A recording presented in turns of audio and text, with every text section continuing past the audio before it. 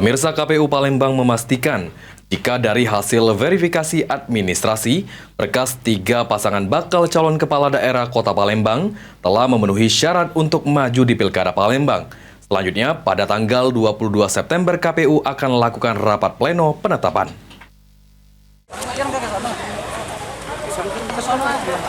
Berkas verifikasi administrasi 3 pasangan calon kepala daerah, yakni Yuda Pratomo dan Baharudin, lalu Fitrianti Agustinda dan Nandriani Oktarina, serta Ratu Dewa Primasalam, dinyatakan oleh KPU Palembang telah memenuhi syarat untuk maju dalam gelaran Pilkada Kota Palembang. KPU Palembang selanjutnya disampaikan oleh Komisioner KPU Palembang Divisi Teknik akan melakukan penetapan terhadap ketiga calon kepala daerah tersebut yang menurut rencana dilakukan pada 22 September melalui pleno yang dilakukan secara tertutup. Tetapkan untuk hasil verifikasi administrasi itu sudah ada berita acara dan hasilnya adalah sesuai atau benar semua, dan artinya tanggal 22 nanti kita akan melakukan rapat pleno secara tertutup di kantor KPU Kota Palembang untuk penetapan, dan setelah itu nanti kami juga akan melakukan konferensi pers setelahnya, dan untuk hasilnya semuanya memenuhi syarat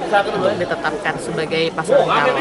Artinya tidak ada permasalahan lagi ya untuk... Tidak ada, alhamdulillah. Setelah ditetapkan, KPU Palembang akan melakukan pengambilan nomor urut untuk ketiga pasangan calon kepala daerah, di mana dalam tahapan ini, KPU Palembang membatasi jumlah pendukung masing-masing calon kepala daerah yang hadir, yaitu 50 orang per pasangan. KPU Palembang sendiri telah berkoordinasi dengan Polrestabes Palembang dalam proses pengambilan nomor urut pada 23 September. Firman Hidayat, PAL TV.